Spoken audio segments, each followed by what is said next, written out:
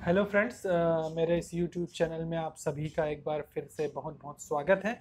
ये मेरा YouTube channel physiotherapy के बारे में, हेल्थ के बारे में और जनरल हेल्थ अवेयरनेस के बारे में है। और अभी हमारी जो सीरीज़ चल रही है वो इलेक्ट्रोथेरेपी की चल रही है। और इलेक्ट्रोथेरेपी में भी जो सबसे पहला टॉपिक जो मैं कवर कर रहा हूँ वो है अल्ट्रासाउंड थेरेपी के बारे में। तो अल्ट्रासाउंड थेरेपी क्या है, इस बारे में हम चर्चा करेंगे और कुछ एक महत्वपूर्ण बिंदुओं पर चर्चा करेंगे।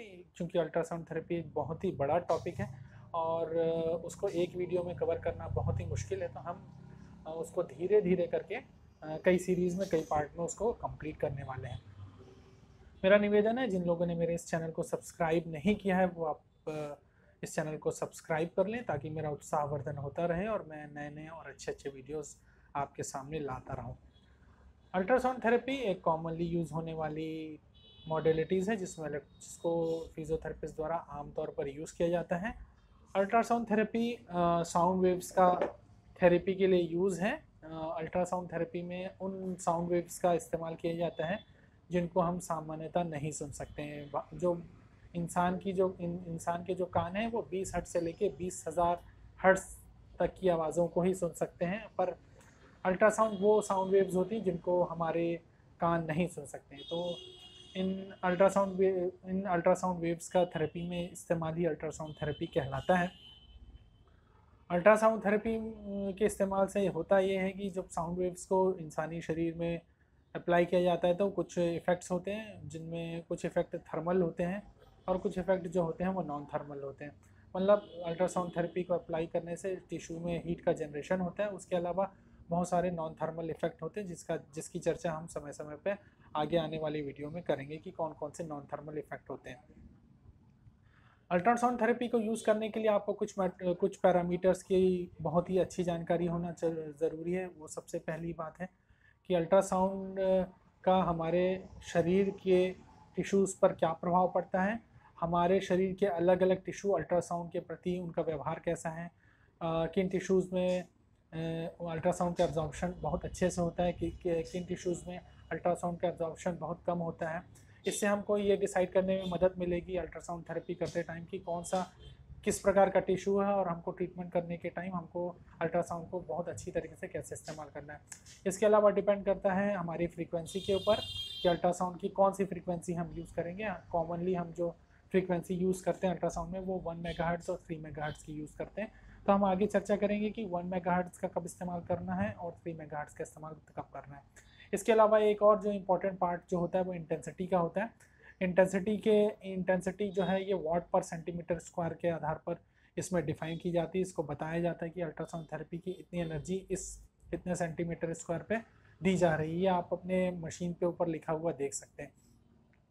तो आइए हम सबसे पहले जो अल्ट्रासाउंड के बारे में चर्चा करते हैं, वो अल्ट्रासाउंड हमारे शरीर में जब प्रवेश करता है तो क्या होता है। जब हम अल्ट्रासाउंड को अप्लाई करते हैं, या ये एक तरीके से साउंड एनर्जी होती है, और कोई भी एनर्जी हमारे शरीर में प्रवेश करेगी तो उसके अलग अलग प्रभाव होते हैं। जो अल्ट्रासाउंड थेरेपी है उसको मूलतः एक डीप हीटिंग मॉडलिटीज़ में गिना जाता है। डीप हीटिंग मॉडलिटीज़ मतलब ये बहुत ही गहराई में हीट को पैदा करती हैं, हीट को जनरेट करती हैं। जैसा कि हम वैक्स थेरेपी यूज़ करेंगे या हॉट पैक्स यूज़ करेंगे तो उसका जो डेप्थ ऑफ पेनिट्रेशन है या हीटिंग करने का जो कैपेसिटी वो एक आध सेंटीमीटर ही तक वो टिश्यू को हीट कर पाता है। लेकिन अल्ट्रासाउंड थेरेपी की अलग अलग फ्रीक्वेंसी में हम बहुत ही गहराई तक जा सकते हैं, टिश्यू हीटिंग कर सकते हैं। तो ये SWT के साथ ही अल्ट्रासाउंड थेरेपी को भी डीप हीटिंग मॉडलिटीज़ में ही गिना जाता है। डीप हीटिंग मॉडलिटीज़ में ही अल्ट्रासाउंड को हम गिन रहे हैं। तो अब जब हम बात करते हैं अल्ट्रासाउंड थेरेपी को जब हम अप्लाई करते हैं शरीर में तो क्या होता है। जब हम अल्ट्रासाउंड थेरेपी को अप्लाई करते हैं शरीर में तो वो ट्रांसवर्स और लॉन्गिट्यूडनल वेव्स के माध्यम से जो है वो शरीर के अंदर जाती है। पर मूलतः जो है अल्ट्रासाउंड थेरेपी जो है वो लॉन्गिट्यूडनल वेव्स की ही तरह अंदर ट्रेवल करती है। मतलब इस तरीके से, ऐसे लॉन्गिट्यूडनल अगर हमारा हेड ऐसे तो इस तरीके से लॉन्गिट्यूडनल हेड के लॉन्गिट्यूडनल वेव्स के थ्रू हमारी ट्रेवल करती हैं। नॉर्मल जो बॉडी टिश्यूज़ में जो ट्रेवल जो करेंगी अल्ट्रासाउंड वेव, वो लॉन्गिट्यूडनल वेव्स के माध्यम से ही ट्रेवल करेंगी। लॉन्गिट्यूडनल वेव्स मतलब जो आपका हेड है उसके बिल्कुल समानांतर, मतलब बिल्कुल राइट एंगल। सपोज अगर आपका हेड इस तरीके से है, अगर सपोज आपका हेड इस तरीके से है, तो इसी तरीके से लॉन्गिट्यूडनल वेव्स निकलेंगी।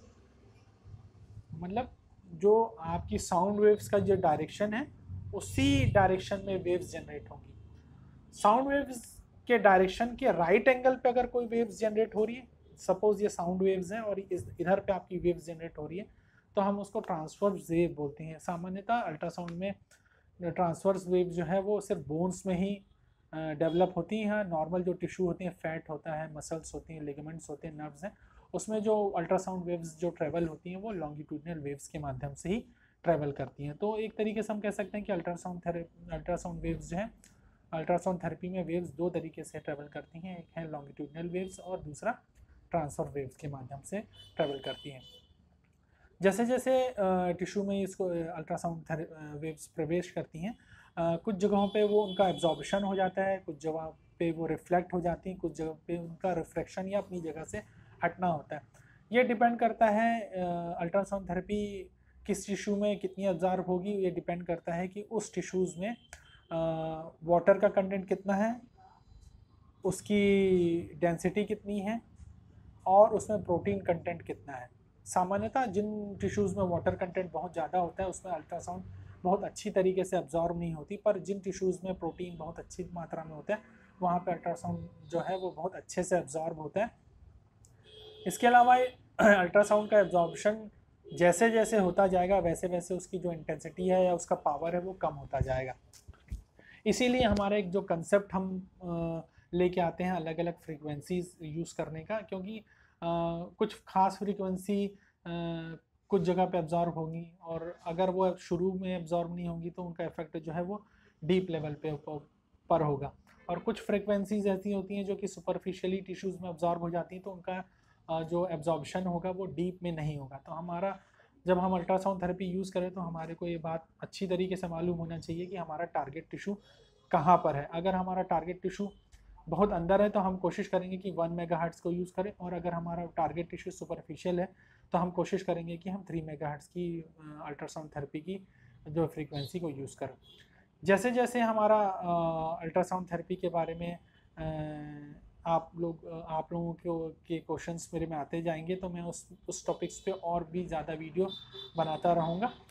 ये एक मेरा बहुत ही बेसिक वीडियो है अल्ट्रासाउंड थेरेपी के बारे में, एक नॉर्मल लेक्चर जैसा ही हल्की जानकारी आपको देने के लिए है। जिन लोगों ने मेरे इस चैनल को सब्सक्राइब नहीं किया, मेरे इस चैनल को सब्सक्राइब करें, और हम अगले जो हमारे वीडियोस होंगे हम उसमें बात करेंगे फ्रीक्वेंसी के बारे में, इंटेंसिटी के बारे में, और जो सबसे इम्पोर्टेंट टॉपिक होगा वो एटेन्यूएशन के बारे में बात करेंगे। उसके अलावा हम पीजो इलेक्ट्रिक इफेक्ट के बारे में बात करेंगे, कपलिंग मीडियम की आवश्यकता क्या होती है, नॉन थर्मल और थर्मल इफेक्ट क्या होते हैं, और उसके इंडिकेशन और कॉन्ट्राइंडिकेशन के बारे में भी हम बात करेंगे। देखिए ये वीडियो हर उस आदमी के लिए है जो बीपीटी की पढ़ाई कर रहा है, बीपीटी पास कर चुका है या प्रैक्टिस कर रहा है। तो मैं कोशिश करूँगा कि हर वीडियोस जो हैं उसमें सबके लिए कुछ ना कुछ हो।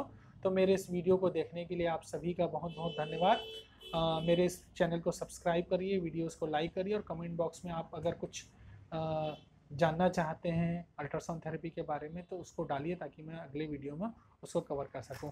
आपका मेरे इस वीडियो को देखने के लिए बहुत बहुत धन्यवाद, और समय देने के लिए भी बहुत बहुत धन्यवाद।